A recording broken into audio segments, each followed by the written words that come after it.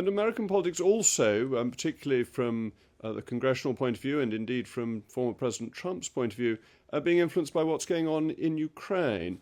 I wonder if you could bring your expertise to bear and your understanding of what's actually happening there. Russia seems to be making very, very slow progress against a very determined Ukrainian defense. Well, a lot of that it really is in understanding what Russia's trying to do. When you take a look at what builds national combat power, that means your manpower capability, your industrial capacity, your capabilities, especially in the air defense and missile forces, your ability to make ammunition.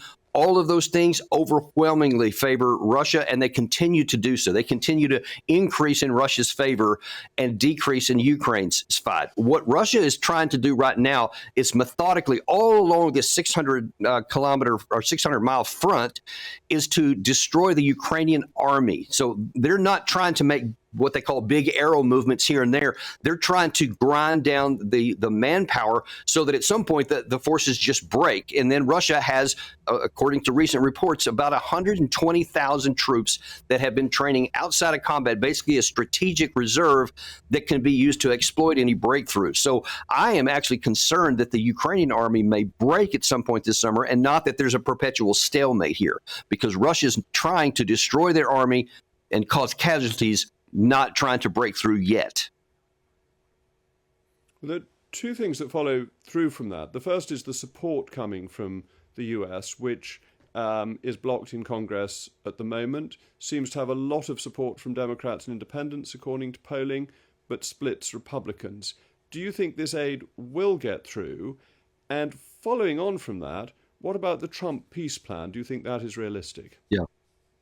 First of all, there's a lot of debate within the United States, even among the Democratic Party. It's not just Democrats versus Republicans, but there is this understanding tacitly, frankly, beneath the headlines, that people understand what I said. The war is decisively already decided at the strategic level. It's just still playing out on the ground. There is no path, no military path for Ukraine to win this war at any point, at any amount of money or anything else, because the manpower issue primarily, it's not an issue of money, it's an issue of manpower, and Ukraine will never be able to get back to where they were even last year, much less to absolutely unseat Russia. And so when you have this issue, this started really last fall between the Republicans and Democrats trying to get that $95 billion package, $60 billion of which was for Ukraine, passed. Both sides were willing to use that to leverage to get their view on the border issue done. The Democrats didn't want any border action. The Republicans did. And both sides recognized that they're willing to use the Ukraine side as leverage for their domestic issues. And that's really the truth of it. Before that, it was reflexively everybody's given whatever was asked for. But that 2023 offensive by the Ukraine side that completely and utterly failed was a turning point. I think history will show in the minds of even the Western supporters.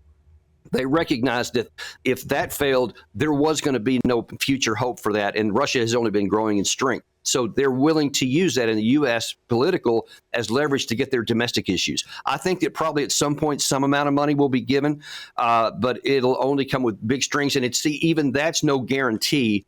But the bigger issue that no one wants to address is if they get that $60 billion, then what? Because this has to be an annual thing. I mean, you have to go many years to get at least that much money, and I don't think there's any appetite for this to be a perpetual spending issue in the United States Congress.